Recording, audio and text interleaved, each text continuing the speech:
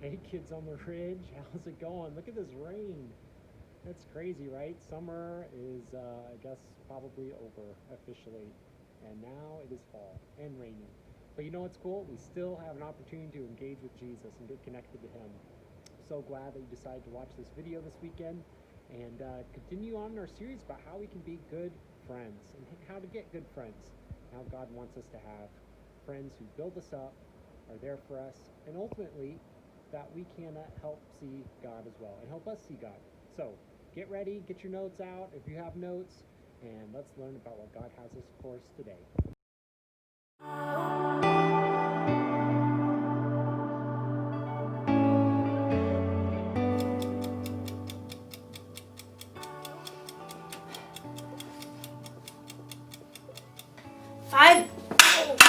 Five minutes on the other side, and I will have the perfect imaginary burger. Hey there, Haley here. I am practicing for a cookout I'm having next week, and I'm not actually cooking anything right now. I'm inside. That would be a cook-in. So I've never really cooked for any of my friends before, so I just wanted to be prepared because I want them to still be my friends after the cookout's over. Just kidding. That's not how friendship works. Friendship is using your words and actions to show others you care. I don't think friends should stop being friends for little things like food tasting bad. It's delicious. And I think you can even stay friends with someone if they, say, accidentally burn you with a hot potato. Hot potato, hot potato, hot potato, Friendship can last through most anything. Unless a friend makes fun of my hat, then it's over. Oh, time to flip an imaginary burger. Woo! Today's story is about a time when one of Jesus' friends did something really bad. Jesus could have flipped out. But he didn't do that. He didn't do that. I'll see you soon. Oh, let's see. Can't turn the camera off with the mids. Sorry. The Bible. It's 66 books of history, stories, letters, and poetry that fit together to form God's one big story. The epic adventure of how He created us and loves us so much that He made a way to rescue us.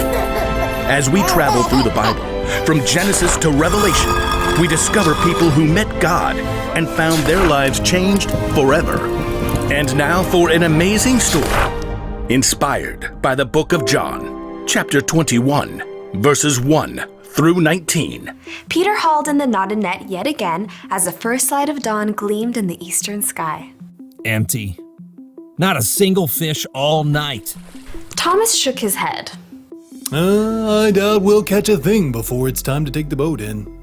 John studied Peter thoughtfully. Peter, you didn't really want to catch fish anyway, did you? You just wanted to get out in the boat and do something normal. Peter shrugged, but he knew John was right. Over the past few weeks and months, everything in his life had turned upside down. First, Peter had shown the courage to speak the truth about his friend Jesus. You are the Christ. You are the Son of the living God. Many people wanted to make Jesus king, even though the religious leaders hated him. The day before Jesus was killed, Peter had promised Jesus that he would follow him anywhere, and even give up his life for Jesus. But that very evening, Jesus was arrested. Peter was so scared he told 3 different people he wasn't Jesus' friend. I don't know that man. Peter felt sick about what he'd done, especially when Jesus was nailed to the cross and died. But then he returned to life. He appeared to his friends. It was amazing, incredible. Everyone was excited beyond belief. Except Peter must have wondered. Is Jesus mad at me? Am I still his friend? Does he still love me? Now Peter found himself in the boat, trying to figure it all out. His fingers tightened on the wet rope as he prepared to cast the net one more time. As he glanced over on the shoreline, he saw a figure standing there. Friends, don't you have any fish? Nope, not one. Throw your net on the right side of the boat. There you will find some fish. The 7 disciples in the boat exchanged glances as Thomas laughed. I seriously doubt it. You guys have anything better to do? Let's give it a try. Together, the men heaved the heavy wet net back into the sea on the other side. Hey, I think we've got something. Bring it on in. There's 1 fish, 2 fish, a red fish. Ugh. a blue fish, and another one, and another 10. Whoa! Need some help here. The net was so full of fish, they couldn't haul it into the boat. They began towing it to shore. John gaped at the man still standing on the beach. It's the Lord. Excitement raced through Peter's veins. He was about to see Jesus again. But just as quickly, guilt gnawed at his stomach. Facing Jesus meant he had to face how he denied knowing Jesus. But it's Jesus. I've got to see him no matter what. Grabbing his coat, Peter jumped out of the boat and into the water. He half ran and half waded to the beach when he discovered that Jesus started a small bonfire. Fish and bread were already toasting over the flames. He's God's son and he's making breakfast for us. Jesus smiled at Peter. Bring some of the fish you have just caught. Yes, Lord. Peter ran back to the lapping water to help his friends haul their fish to shore. 153. You counted? Don't doubt it. Jesus gestured to the disciples to join him around the fire. Come and have breakfast. As the disciples gathered, Jesus offered them bread to eat. John whispered to Peter. This is what he did when we last ate together at the Passover meal. When breakfast finished, the disciples rose to take care of their fish. Peter found himself walking beside Jesus. There were so many things he wanted to say, but he couldn't find the words. Simon Peter, do you really love me more than these others do? Peter swallowed hard. Surely Jesus knew what he felt.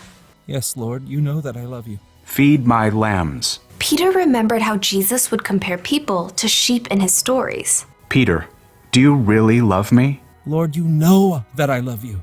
Take care of my sheep. Sheep? People. Peter waited in his mind. Jesus must be telling Peter to take care of the people who had followed him. Peter, do you love me? Lord, you know all things. You know that I love you. Feed my sheep. Just as Peter denied knowing Jesus 3 times, he now confirmed 3 times that he loved Jesus. What's more, Jesus wanted Peter to go out and share that love with others. He's forgiven me, even after what I did. Peter, things are going to get even more difficult for you. You are going to be led places you do not want to go. Peter slowly nodded his head. He was willing to do anything Jesus asked of him. Follow me. Yes, Lord, I will. Because Jesus had forgiven him, Peter was now free to share the love of God with those around him, without carrying around a heavy load of guilt.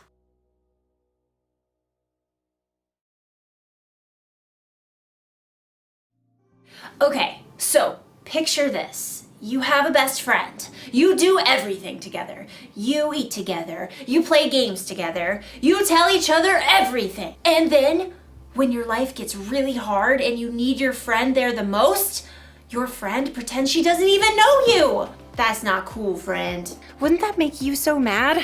It would make me want to say goodbye to that friend forever. But Jesus didn't do that when Peter pretended not to know him. Instead, even though he must have felt so hurt inside, Jesus forgave Peter. Now, I know what you may be thinking. It was pretty cool for Jesus to forgive Peter like that.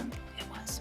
But guess what? Jesus forgives you and me like that too. Anytime we mess up, we break a rule, or we do something we know is wrong, Jesus forgives us. That's because he loves us so much, and because our relationship is more important to him than our mess ups. That's why the one thing to remember today is this. Friends, forgive one another. Jesus forgives us, so we should forgive others. Our friendships should be more important than our mess ups. I'm not saying it's easy to forgive. It's not. You're going to need God's help, but get this. When you choose to forgive, it can help you feel better inside. It can help your friend feel better inside, and it'll make your cookouts way more enjoyable. Speaking of, this imaginary corn is almost done roasting. Oh, look at that.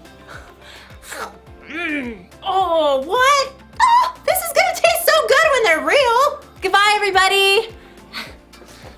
Oh, again with the mitts.